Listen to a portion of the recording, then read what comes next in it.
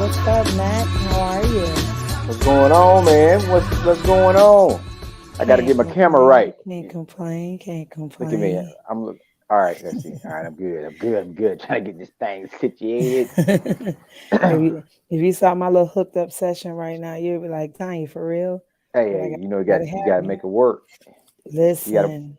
You got to put a popsicle stick under that thing. You got to do what you got to do. Listen, found something to stick under the computer to elevate it, because earlier y'all were gonna be looking like this. So I was like, nah, let me make some changes really quickly. So so I'm here. Hey, How man. you feeling? I'm good. How are you? I am good. I am just pacing, doing my thizzle, as All we right. always say. Welcome everybody to Nightcap Knowledge. I'm in an area I can't be as loud as I normally am, but I hope I'm loud enough for you all to hear me. So, but yeah, eyes is here. Music there. Hey Yeah. man, everybody know what it is. This is Nightcap Knowledge. This show is about real talk, real issues, and real solutions, and we're gonna tell it like it TI is all day, 3 times on Tuesday. Yes, sir. We are in the place. And We since we're already here, Mac, why don't you go ahead on and jump right into your mental health minute mental with Mr. health minute. Mac? Yeah. All right. Mental health minute. There's so many different things we talk about, but again, this one is about uh, faith over fear, and that Mm-hmm. fear and faith can't live in the same house.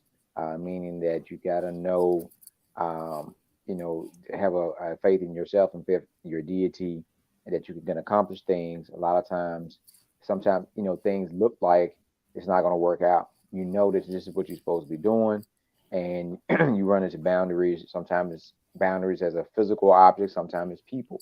Sometimes you living inside your own head, but also knowing that this is what you're supposed to be doing, and you push forward. So you gotta have faith over fear, and remember that faith and fear cannot live in the same house. So which one are you going to be, and which one is going to be in you? So that is it. That's a mental health minute. Keep it simple. I love it. I love it. We're gonna jump right Hmm. into the music and entertainment check-in. Man, it's so much happening. We're upon so many great things happening in the music world. I'm just excited about since we're celebrating the 50th anniversary of hip hop.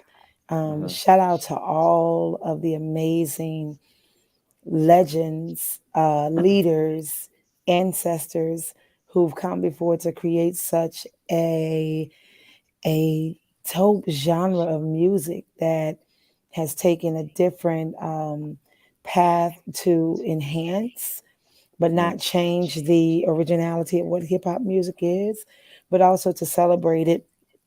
I love seeing more women coming forth because hip hop was always present with Roxanne and um, um, Queen Latifah, MC Light. What's her name? I can't think of the girl's name. That's a lot of them. Lady of Um, Rage. Lady of Rage, but she was slim, kind of red. It's not Roxanne. Oh, I Not Yo can't. Yo. Who? Yo Yo. No, not Yo Yo. She was more small frame. I can't think of her name, but she was they celebrated her for something else like 2 years ago, um on BET Hmm. Awards. But anywho, shout out to the women of the hip hop industry world that's still making major impacts today in today's industry. So happy anniversary, 50 years of hip hop. I had a chance to talk with Dougie Fresh this year and just to celebrate him. It was like, man, listen, I just thank you. I didn't even know he was from Barbados. So, man, listen, you learn something new every day. So, again, shout out to all the artists, all of the managers who keep those artists thriving and moving for 50 years in the world of hip hop. Yeah. So So, I can't ask you what you're drinking tonight. So I'm trying to figure out what should I drink. Should I drink Glen 12, 15? Should I jump over back over here with this tequila? What well, let should me I tell drink you, tonight? I had some Zacapa at the house that I was going to partake in. But of course, life has a way of saying be prepared, get up and move. So here I am. But I did partake on keeping my mind at ease before I left. But while we're waiting to get ready to talk, for today's show, I want to make sure that you guys are liking and following us at Nightcap Knowledge on Facebook, IG, and Twitter. And I want to Twitter. be possibly, I don't know, this whole new threads thing that's happening. I've been hearing different controversies, and that's something else we could talk about with entertainment. Different controversies of threads being the new Twitter. So it's something like that too. I see that Glenn Levitt. Listen, 15. I like that. Have you had the Glenn Levitt Caribbean? It's No. it's it's batch like a rum.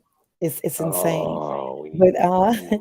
if you're interested in being on Nightcap Knowledge, email us, email us your EPK or bio to nightcapknowledge@gmail.com. And so we want to get all the housekeeping rules out the way. Chuck is on the road. He will be here with us tonight, but he is on the road, traveling back home. So we're praying that you get home safely from your travels and get you some rest as well. So tonight's show, we have an amazing, it's our mental health forum. So we're talking about mental health, making sure that our mind, body, and spirit are at peace, at one. I recently worked out. I had an amazing workout today. Shout out to XR Elite Fitness, that's Xavier Rush from Jackson, Mississippi. He and his team, Brittany Be Strong Athletics. Well, I had a workout today with them, and he was like, "You're gonna throw the medicine ball behind you, turn around, run to the ball, pick it up, throw it again, right?" So I did that for 3 rounds, right? Right. And I'm like, all right, what's up to everybody in our comment sections? Um, what's up, Janelle? How are you, fam? Maya, the social V team is in the house. DJ George Chuck on the road. Be safe. That's what I'm talking about. MC, shout out to MC Light. Truth. What's up, DJ Curry? That's what I'm talking about. Shout out to all of our followers and supporters, viewers over on YouTube as well as Twitch. So yeah, and Facebook. Thank y'all so much. Um, but yeah, so I was doing this workout and Brittany was recording, so I went to look back at the videos. Uh, And as I was looking at the videos, I had a moment earlier and I just, made sure I contained myself. But I didn't cry, but I felt like one of those release, one of those when you release yourself and it feels like you want to cry. I didn't cry, which wasn't a bad thing, but I still felt like I wanted to cry. So I began to type and I post the video on IG. And so on the video, I said something like, I am grateful for this journey for the longest that I can remember. I hated my body. I hated the way I walked. I hated the way something else I could remember. And since I began the journey of my fitness journey, I had to ask my body for forgiveness, for grace, and for something else, right? I can't remember what the other one was. But I asked my body for forgiveness because for the longest, I didn't know how to care for and love my body. I was just doing what I thought was right, doing what I thought was natural. And my body was responding. Because, we often hear people say what you put in your body comes out, but it doesn't really register until you really have to find yourself in a position where it's like, I'm not going to eat that food again. I'm not going to drink this again. Well, this for me was more mental to ask my body for forgiveness because it starts in your mind. And what I found myself was asking myself for forgiveness, forgiving, asking my body to forgive me for not loving her correctly, not protecting her and how I should have protected her, not feeding her how I should have fed her, right? All these things I'm telling my body, asking her for forgiveness. And then I turned around to ask her to give me grace for just moving along in this journey, and then gratitude for getting to the next level in the journey. So I shared that tonight because we have Juanita Evans coming in with Circling the Square mental counseling, and I know she could talk more about it as well as you being our in-house social worker, therapist, counselor. When we're talking about mental health and understanding our mind, body, and spirit, you can lose the weight, but if your mind is still not at peace or at one, what would you say to someone who's struggling in that space? we actually have a person, Miss Janelle. She should be backstage to make the announcement to talk about a program that they have. Um, Mm-hmm. it's the Fat to Fit program, Mm-hmm. and it's because what you're saying, it is connected. It start a lot of times it start when you are as a child, right? It Mm-hmm. start with youth, and how do we connect our youth to get them to understand these things before they be good to adulthood? Um, and I tell everybody, everything is mental. When you start to a new journey, everything started out with the mindset. If Mm-hmm. you can if you get your mindset that I'm going to do these things because of this, then the body responds. But the body also responds to repetition. Right. So if you get used to not doing anything, then the body's not going to want to do anything. After you get used to doing certain stuff, the body's going to be waiting on you to do it. But the body follows the mind, and in the mindset that you have, it is a mental block sometimes for folks. Some people, it, even when you come to working out, some people don't can work out in the gym. Mm-hmm. They need that environment. They need to be around other people that are doing like things. And mentally, it helps them to be able to stay on track and focus and work out. Some people need to be isolated. They need to Right. be at the gym by themselves at 3 o'clock in the morning when nobody else is there. Right. Some people, so it's a mindset thing, and it's also you got to find out what works for you. And Right. if you're doing something that works for you, you're more likely to continue to do it. If you're doing it because this is what folks is telling you, or you don't see how it works, then you're not going to do it long. You're not going to stick with it. Mm. Well, with that being said, I'm gonna go ahead and introduce our guests. Circling the Square Counseling has been servicing the Lacey, Olympia, and Tumwater communities by helping restore the lives of those struggling with depression, anxiety, and other mental health conditions since 2012. They provide a variety of services to help their clients reclaim and rebuild the lives they deserve. At Circling the Square, they have the skills and experience necessary to serve as your full service counseling center, offering the highest quality service and customer care in the Lacey Olympia area. So, right now, I want to introduce the founder and owner of Circling the Square Mental Counseling. Y'all make some noise for Juanita Hi. Evans. How are you? Welcome, welcome, Good. How about welcome. yourself? Thank you. We are well. How are you doing?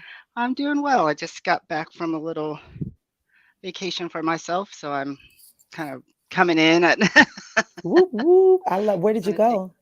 Well, I am a camper. I know a lot of Black people don't camp, but I love to Hmm. get out in the woods. I love to be out in nature and listen to the sounds and be away from any electronics and just relax and chill.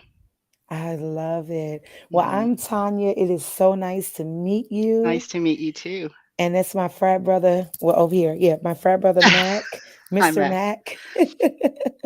So, you and Max share a commonality of working in the mental health field, and you two inspire me, as I've always been telling my co-host and our other co-host, DJ George Chuck, is on the road, so we're not going to even worry about him trying to jump on while driving. So, but I'm appreciative of you, both of you, and what you do and how you service the communities and make our communities more aware of mental health, just mental health awareness and mental health fitness, because if you Mhm. work the mind, you allow the body to work as well. And Exactly. so we're going to jump right into it because I know we're going to have some people asking questions as well.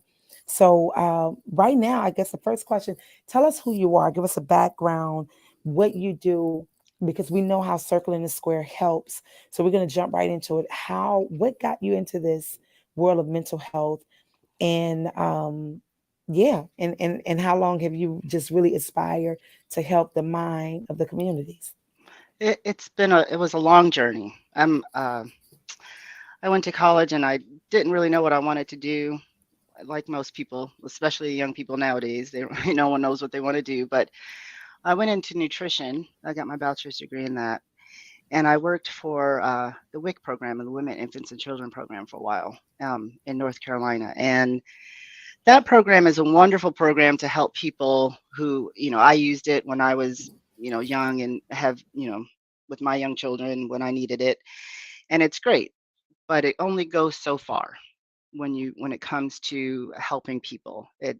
You talk to them about their nutrition and then that's it. And they have all of these other factors that are going on in their lives, maybe housing issues or family issues, and they're trying to raise young children and they don't know how. They have parenting issues, and so I thought I could do more and help people more. And so I went back and got my master's in '99 and finished it in 2001. And I've been doing prevention and counseling ever since. And I um, married before. My ex was in the military, so he served overseas for a little bit, and so we were there, and I was helping with the military community. And when we were stationed here in Washington State, um, we split, and I started my own practice. I said, "This is time. I don't have to move anymore. I don't have to, worry about, what I'm going to do next. I'm going to do this," and I opened up my own practice. Wow. I love that. I love that. Um, because I too, WIC helped me, through so many programs. And I just Hmm. feel like those programs, you really had a chance to see like the in-depth beginning of some of these issues that we see today, because Hmm. you were able to start where because I've been in education over 20 years. What I teach my students are, and even my code teachers, you can't ask a child to give you something if you have not given you something, right? And and they would always say, well, what do you mean, Miss Ken? I said, you have an attitude because you didn't eat breakfast. This kid is hungry, that's why they're screaming. So Hmm. it's like having those in-depth moments of seeing how things work, and then how just one simple act can change the whole narrative of what's going on. And so working in the military field, how was that for you? The military community is different. Um, I look at it as a microcosm of the U.S.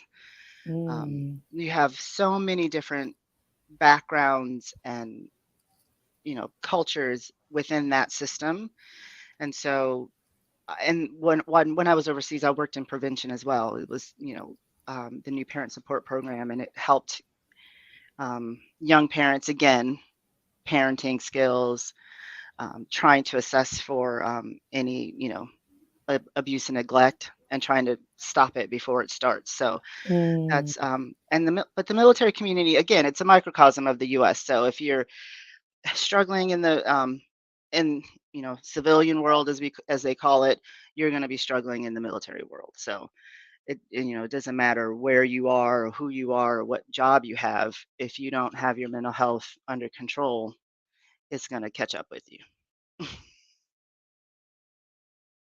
Mac, feel free to jump in if you have any questions, because I don't want to feel like I'm hogging everything. Because I could go on for days with questions. So you had anything, Mac? Oh, I was just gonna ask, like, at this point in time right now, I can see that your journey has directed you to a different path. And right now, what population do you primarily work with? I can tell this is probably where you feel the most effective. This is where I feel the most effective, yes, in my private practice. And I have seen children as young as 3 all the way up to elderly clients. So, whenever you find the need to work on your mental health, it doesn't matter what age you are. And what's so funny is when I was going through my master's degree, I said, I'm not going to work with kids. I've done the WIC program. I'm not doing this anymore. I'm not doing it.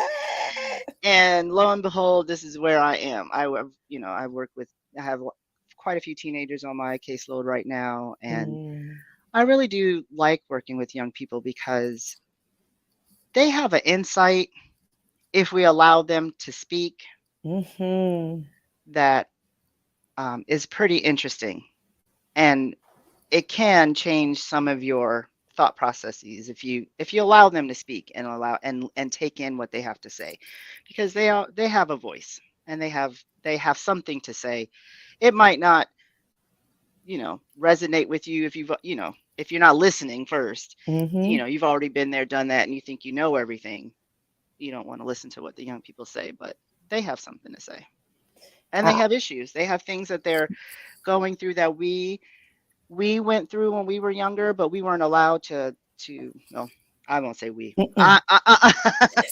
I'm going to say I was not Mhm. allowed to, voice or ask questions or Mhm. wonder or, so I like working with young people, and I like working with families Yeah. because if you can get a family in and create change in that family, the ripple effect through the generations is is amazing.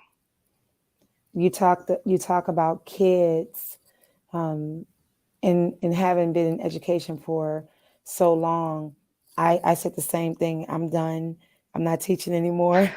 I'm good. And then I got a call like 2, 3 years ago. Miss Cannon, can you just come and help us for a couple of months? And I haven't left yet, right? And so That's how it goes. yeah, yeah. I'm a preacher's kid. So we were, brought up, and you talked about there were things we couldn't say. That motto, children should be seen and not heard. You didn't talk Hmm. back. You didn't do these things.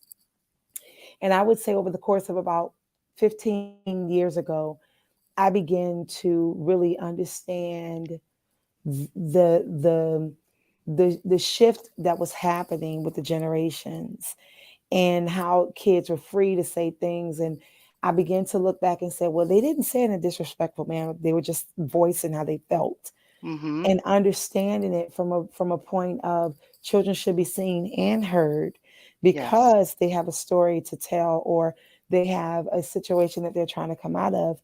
We talked about it last week. I shared there was a 15-year-old of the Vietnamese community, and our thoughts and prayers are with the Wynn family. This 15-year-old who jumped off of the GNO Bridge in New Orleans, and this Wow. bridge brings you from New Orleans, from the East Bank of New Orleans to the West Bank, and the baby took his life. Mm. And someone, like, you're reading the post and the comments on social media where they're saying he was a sweet kid, he was amazing, he always spoke, he was so nice. But did y'all ask him, baby, how you feeling today? Exactly. What's on your mind? Hmm. Because behind that smile and behind those words of speaking was something saying I needed attention. I've had kids as young as 10 come out to me Hmm.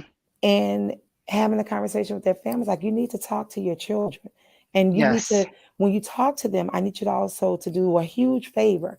And the mom was like, what? I said, listen to them, don't say anything, just listen. Hmm. And she said, well, she ain't gonna. I said, put your hands down, mom. I said, I just need you to listen right now, because you're doing what I feel you're gonna do when she's talking to you. Yes. I said, She's but not you, going to disrespect me. That's probably. yes. And I'm like, mama, you're gonna lose that baby if you don't listen. Hmm. And she's not a disrespectful kid. Her thing was, she just did not feel like her parents were listening to her. Yes. And come to find out, that same baby had been making marks on her arm. So it's so many things that we deal with, challenges that we deal with here in this Yes. world and this life, that we ignore our kids when they're talking to us. And it's a simple comment that they're saying. So, and if you're in our comment section, you have any questions, feel free to drop your questions in. We have our professional here, Juanita Evans, and we're going to keep talking about, because you deal with Hmm. families in the community. What has been your one of your greatest challenges in dealing with families? When I The greatest challenge is the parents of families.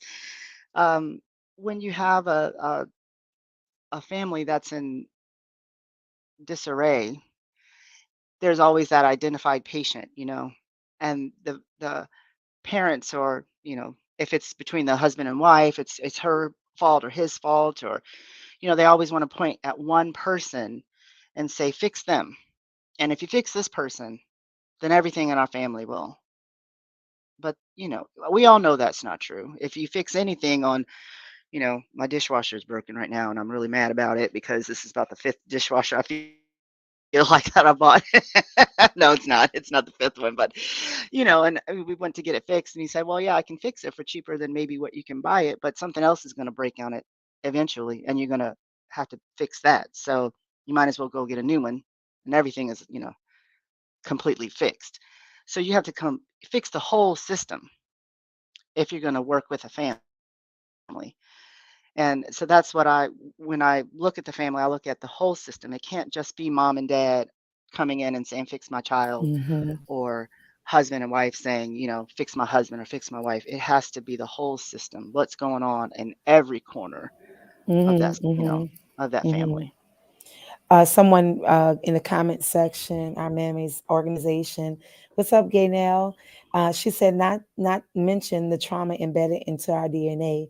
We're fighting ourselves. The hardest person for me to deal with is me. Yes.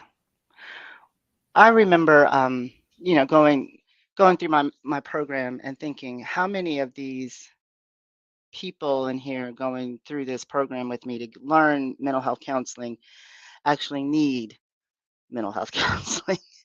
And they're coming to this to help other people, but they need to help themselves first. You have to change your own house, look within yourself before you can, fix anybody else. Yeah. The follow up question is, how do we help others to see that something isn't normal? We normalize all of the abnormalities. I'm sorry. Um, yeah, that's a good question. It's hard to, it's especially when you're so close to someone and you want them to see that, what's going on with them is, this isn't right. This isn't right. You can't fix someone else. You can only fix yourself. And that's what I live by. If you want to fix someone, that change is only going to be for a minute. You can Hmm. continue to say, I'm here, I'm listening to you, I understand that there's something going wrong. Keep dropping hints. But until that person feels it, Mm. until they go through something that, knocks them off their feet, Mm-hmm. Mm-hmm. and that abnormality is, the cause of it, that's when they'll start to seek the change.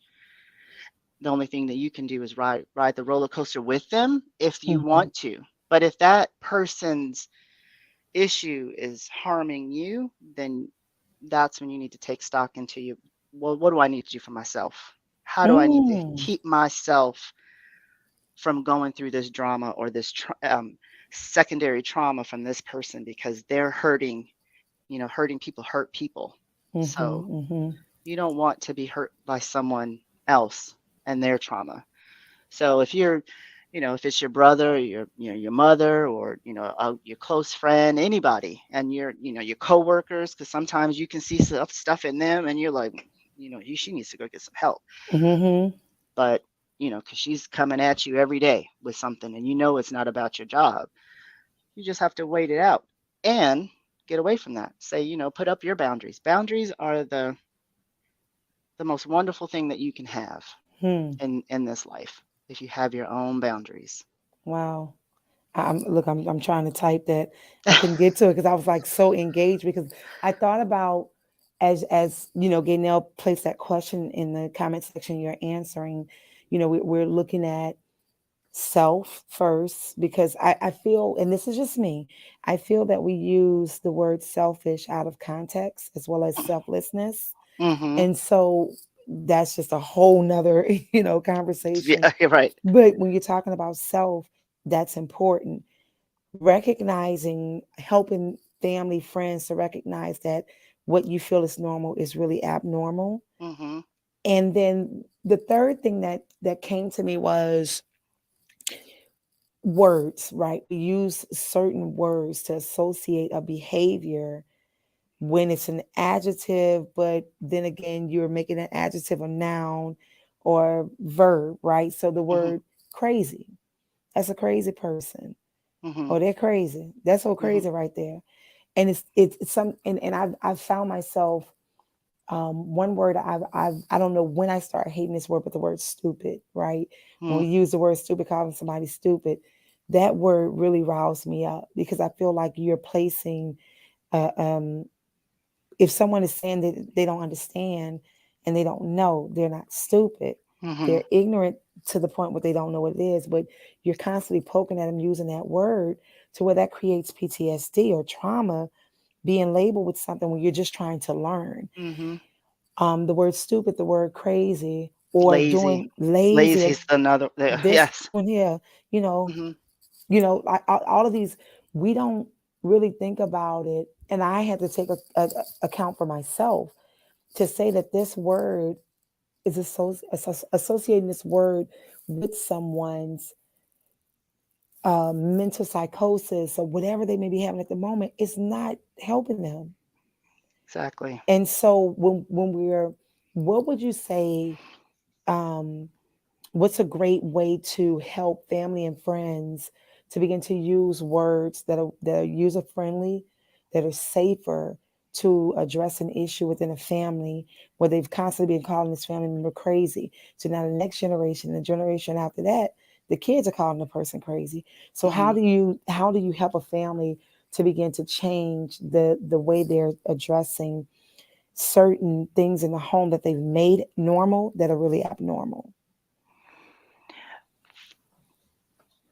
Recognizing that they're abnormal, you know, going in that direction, but also using it's context and words and Hmm. finding different words. So slipping it in. Oh, that person's not crazy. That person is having some issue. They're having their own mental health crises. They're like just talking about what it is, labeling it as what it is, and not crazy, Mm. but giving it. When we were kids, we um, parts of our bodies, we were always taught different names for them instead of the actual name for it. So if you're trying to tell someone something about your body, and you're not using the right name, they don't know what you're talking about. Mhm. Mhm. And so just using words that are just the right words. Okay. And we all, everyone uses bipolar and all of these words as kind of lay because they're kind of in the mainstream now. Right. Right. Um, and it can be harmful, and it can be harmful in the way of, because that person's behavior is looks a certain way doesn't mean it's actually this. And so then you going around thinking that you have this mental health Mm. disorder, and you actually don't. You're just having some, your moods are swinging or some, so I think just getting more context and the right understanding of mental health, I think that's the first step, is understanding mental health and understanding the just the basics of it. Yeah. Because I know in the black families that was voodoo or taboo. You didn't talk about it. God gonna heal it. God gonna fix it. And it's like God is licensing and blessing all of these professionals to help you out this Yes. situation. You still ignoring it. Like, baby, mental health is real. I need Mental you to, health is real. You cannot yeah, pray it away. that part right there. Hmm. So let's talk about this probably symptoms of just a mental episode of anxiety, right? Hmm. Which is something that's so common, and I've found myself having, a couple of is panic attack and anxiety in the same world? That's the first Yes, question. Okay. yes, but it depends on what, how it's at the extreme of it. Okay. Some people had a panic attacks and they feel like they're having heart attacks, and they rush themselves to the ER, Mm-hmm. and they're like, "Oh no, honey, you're just having a panic attack. Your Okay. heart is beating fast. You're starting to get sweaty. Your hands are, you're shaking on the inside. You feel like you're vibrating on this. That is, a panic attack. And because you have anxiety, you could eventually start to have panic attacks. So Mm. getting under control of your anxiety will also help reduce your panic attacks. So when we're talking about, so pretty much it's levels to every, probably every increase of your heart rhythm, it creates that, it pretty much, I would look at it as an explosion. Like if I'm talking to a child, it's like, this is where you are, or like the pictures that they have in the hospital, do you feel like this, do you feel like that? So it's almost like teaching that to help kids be able to verbalize how they're feeling. Mm-hmm. um, because I know a lot of people talk about. I feel like I'm having a panic attack. I feel like I can't breathe, and sometimes when I have those anxiety attacks, they elevate to that, and I have to grab my pump because I Mm-hmm. had one of those probably a couple of months ago because I mixed some chemicals, bleach, and something, and my left hand was numb. And what is going on? And so I Yeah. was like, ah. Went to the hospital. It was like, nah, baby, you good. Mm-hmm. You had an allergic reaction. That's now playing on your mind. I said, no, it ain't playing. I'm here because if it was playing, I'd still be at home. But being able to calm down. So when we start to look at panic attack, anxiety attack, where do you feel depression? Because when we're talking about depression, and I'm pointing at a lot of these because over the past few weeks I've had some friends of mine saying, babe, I think I'm having anxiety. I don't know what's going on. Does anxiety and depression sometimes live in the same house? And if so, Yes. what does that look like? It definitely can live in the same house, and it looks like um, the anxiety. It looks like I don't know what's going on. I think 2020 and COVID, you could see the anxiety level of everyone kind of rising. We don't know what's going to Mhm. happen. Everyone is kind of like, just feeling like, the sky is falling. That, Chicken Little, the sky is falling. That's anxiety. Mhm, mhm, And mhm. but depression also is like, you sometimes you can't get out of bed. Sometimes, I mean, you just don't feel joyful anymore. Mm. You're just kind of sad. You just don't have any, like, the things that you like to do before, you don't have any more interest in those. And so those two things, depression and anxiety can live in the same house. And when sometimes when your anxiety is high, your depression can be really low. I mean, your depression can kick in, because you're like so anxious about things that you can become immobilized in a way, like, I don't know where to Mm. go, I don't know what to do. And so then you sit, and then depression can kick in. Wow. Mhm. My God. Yeah. Wow. This world is hard. I don't know Yeah. if I don't know if anybody else feels it, but I feel it. This world is hard, and it's only getting harder by the minute. And you know, we all just have struggles. We all have Yeah. issues that we're dealing with, whether it be childhood, whether it be current, relationship issues, Yeah. friendships.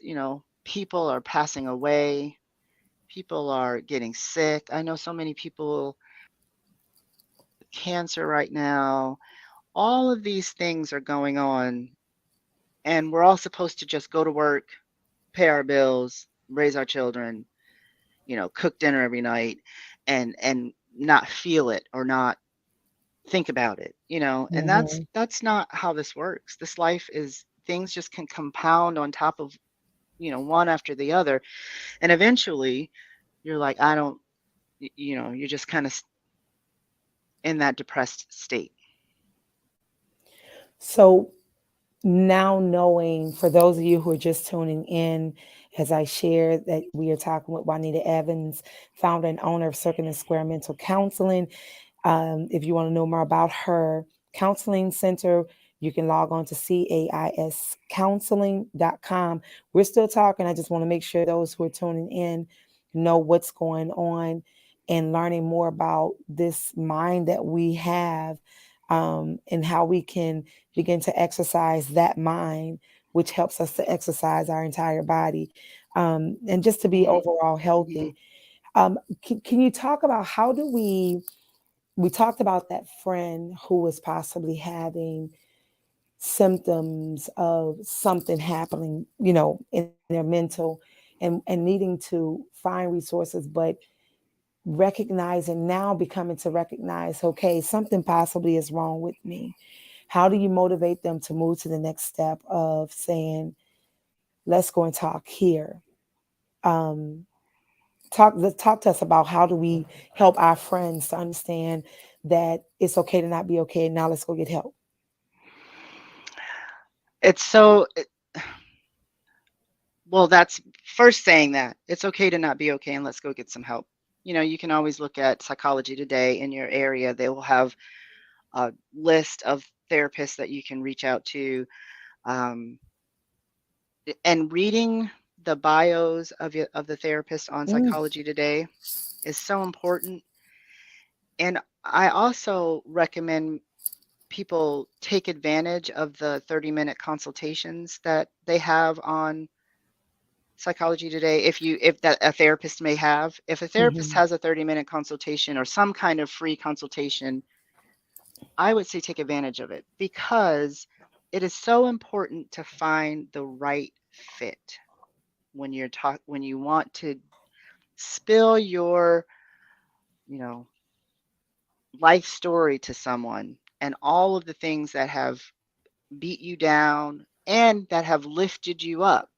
You want mhm, somebody to be your cheerleader, and you also want somebody to say, "Hey, in the session, like let's take a look at that. That might not be, you know, let's think about some mindset changing around this." So, Psychology Today, I think, is one of the best ways to find a therapist in your area. And, you can find articles through that website.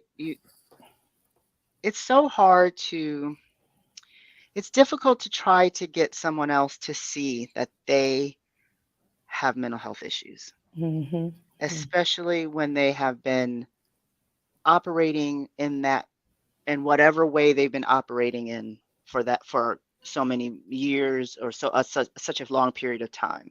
It's mhm. difficult for people. Someone has to hit that wall before and you can just keep saying to your friends, "I'm here. If you need me, we can talk," you know, but the first step has to be your friend or your mom or whoever is, needing the help. They have to make that call themselves because, again, I've had so many people, I want to get help for my brother. I want to get help for my boyfriend. And they come in and they say, my sister wanted me to come to counseling, or Hmm. my girlfriend wanted me to come to counseling. And so they put it off on someone else. Well, I'm going to do this for a couple of sessions and then I'm going to go about my business because I don't really feel like I have an issue. Hmm. So it's that's so the person who needs the help needs to reach out to get the help. So encouragement, encouragement. I don't think that, that's the right move for you. I think that, maybe you should go here in this direction and seek some help. I think just kind of continuing to say to people in your life, you know, I've seen you trip over that same cord every week Hmm. that I've come to your house. Do you think that you might want to pick that cord up and maybe ask somebody for some help around this issue? So, you Hmm. know, when you are with your friends and with your family members, and don't shame people around it. People feel a lot of shame. People feel a lot of guilt when they think when they need to reach out for help because I can do it by myself. Most people think that way, and there is no shame in asking for help. I think one of the number one of the number one things that we do that we don't realize we're doing is to recognize someone's change in a gloating way, if that makes sense. Oh, I Mhm. see you. Oh, you acting funny now because you got your hair cut. Oh, you doing this because you got this. Or you got this. And oh, you acting fun. Oh, you can't call nobody because you got a new car. And it's almost as if to say that you made a change that is good for you, but because I didn't make a change, now I feel less. I'm gonna poke at you for the Mhm. good things that you're doing. That crab in the barrel mentality that people always say. If Yeah. if you want someone if you want to elevate yourself and if you're getting help for yourself and someone says something like that to you, then that's when you kind of take an internal check of yourself, like, who am I hanging around with? Who's imparting wisdom or negativity in my life? Yeah. And gravitate to the people who are lifting you up. Because if someone is throwing you shade because you're trying to elevate yourself or help Hmm. yourself or move away from generational trauma and do all these, Ah. and they want to stay stuck, and maybe it's time to let that friend go or that person, even if it, one of the things that I realize, and especially in our community, Black community, we are about our families, and I love my family, but Mm-hmm. family can hurt you worse than somebody on the street because they know all your trigger points, they know all your buttons, they know where to poke that poker. Yep. And if your family is not on board with your change, you might have to leave some of them behind as well. Hmm. And that's hurtful to say, and that's hurtful to think about. But I always ask my clients this question. If you met your sister or your brother, whoever you're having an issue with, oh, here comes my baby. Sorry. Come on, Henry. Hey, Henry. um, What kind of dog is it? he's a pity. And Oh, he's I have a bully. yeah. And Hey, he didn't go Henry. camping with us, so he's like, what are you doing in this room, mama?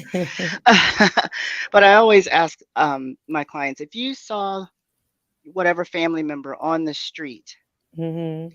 or if you met them at work, would you be friends with them? Mm. And if your first inclination is to say no, you need to take a look at that relationship. Because just because we're bonded by DNA doesn't mean we have to always be bonded. That's just my way of my philosophy. Family, we don't, when we begin to take into account of our mental health, family sometimes based on people I've talked to in the past, because I'm eventually, once I finish grad school, going to go ahead on and pursue my calling into the mental health field. Awesome. Yeah, yeah. As I've been inspired by you all so much that this is where I want to go, because I've often noticed that people I talk to, and I'm often encouraging them. I'll say, let's go to brunch. We're going brunching. They meet me at brunch, and they get to brunch and they don't know someone else is there, but that person is there. It's the neutral, safe space for them to talk to, right? Hmm. And because the first thing that comes out their mouth is, I've been trying, but my family just have me running. And that's the first thing I say, baby, family will be the first one that'll put you in your grave Yes, and they blame will. everybody else. Hmm. And so that's just for you to say that. It's to be able to take into consideration about knowing who's for here for our healing. Someone asked a question, said, what are some productive questions or discussions you should have in the initial consultation that can help you know that it's a good fit? Hey, OC, Social B fam in the Hi, comments. OC. So when people ask me what my kind of like how long I've been doing this, what my philosophy around counseling is, um, if you people ask me personal questions, I don't have a problem answering some personal questions. So, what's how, what is your philosophy around counseling? Hmm.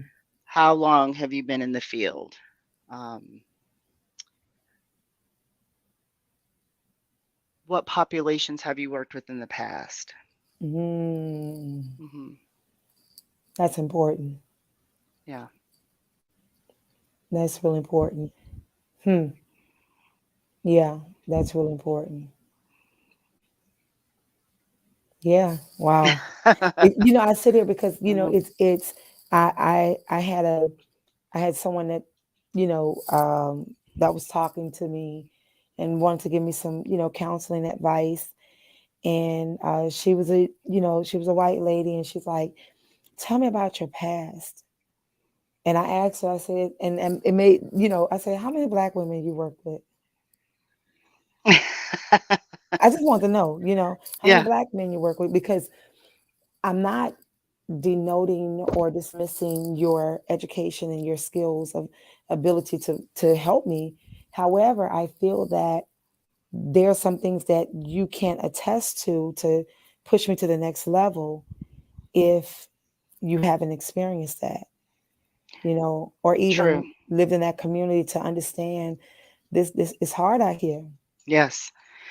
And one of the things that is hard in Washington State is we have a lack of I've been here 15 years, and when I have been searching for therapists, it's been difficult to find other Black therapists around it.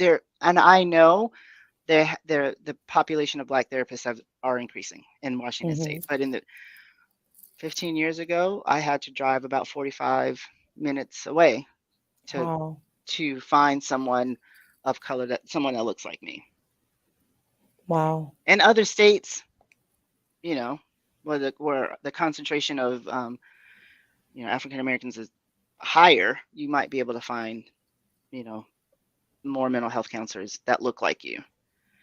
So But knowing that you do seek your own mental health support, hmm what else do you do? How do you cope with your day-to-day life and dealing with so many communities and families and clients? How do you, what is your way of digressing? I know you love to camp, you know? well, I don't work 5 days a week. Okay. I can't do that. I mean, when I worked for other people, that's what you have to do that. But in my own practice, I can't work 5 days a week. It's too much. Um, Yeah. when I worked for other mental health agencies, you would have 60, 70, 80, 90 people on your caseload. Hmm. That's not effective therapy. That's not Yeah. effective. And so I work 4 days a week. I was listening to you before, when I was backstage and talking about health and asking your body for forgiveness. And I recently, if anyone wants to, has seen the Peloton commercials and like, oh, that looks good. No, no, no, no. He went out. Sorry. So This cute. is what I go through when I'm in session. My clients are very gracious to me. Understanding. Yeah. Yes, but I rented the Peloton bike, and that Mm. helps. You can rent them now, and if I said it's a gym membership. If it becomes a clothes rack, I can send it back. No harm, no foul. Right, right, right, right. But yeah, so Those I try to investments. exercise. I like bike riding around. I try to get together with friends every once in a while when I have time. But I also have kids that I have to. I have one. I shouldn't say kids. My I have one son who's his this is his senior year in high school. This is my last go round, so I'm wrapped up in his life as well. So I try to Yeah. take my time and take my breaks when I can. Well, congratulations on your soon to be graduating senior. This is my third one. Um, Yeah. I've done it two other times, and this is it. I'm so happy to be Listen, done with this I part of my listen. life. Well, we're not going to hold you any longer. Again, we want to remind everyone that you have been listening, learning, being educated, and just motivated by Juanita Evans, the founder and owner of Circling the Square Mental Counseling. You can find out more about her mental counseling services at www.ciascounseling.com. And we also would like to remind you that if you find yourself in a situation and you need support, you need counseling, you just need someone to talk to, because we want to make sure that you are here, that you're being heard. Dial 988 for the Suicide and Crisis Lifeline, or you can text HOME to 741-741 to connect with a volunteer crisis counselor 24/7 for free. So there are resources for you. Again, there are resources for you. And to learn more, if you've been looking for a counselor, a therapist, just someone to talk to without even looking for a title at the moment, you just need that ear before. Look at psychologytoday.com. And also, as you're looking and researching for your support, as Juanita said, read the bios, ask questions. Psychologytoday.com will give you what you need. Again, we are here. We want to make sure that you are healthy. We want to make sure that your mind is fit. And I think that is all I have, Juanita. We appreciate you for Thank you, coming thank on you, tonight. Listen, I can say you have a your tone of your voice is very calming. thank So you. you may want to look at doing some voiceovers when you're out there camping, like, hey, let's take a Hey, walk. there you You go. know? Have a little side hustle. There you go. Yeah, there we go. Come on. Listen, look, Max, she already said it. She already said I couldn't even get to it because we want to make sure that we keep the money coming, we keep the coins rolling in, and where we going. Hey. Wait. There you go. Residual. Again, my name is Tanya Boy King. We got Mr. Nag, DJ Jordan on the road. We thank you guys for tuning in. We'll see you next week. NightCap Knowledge.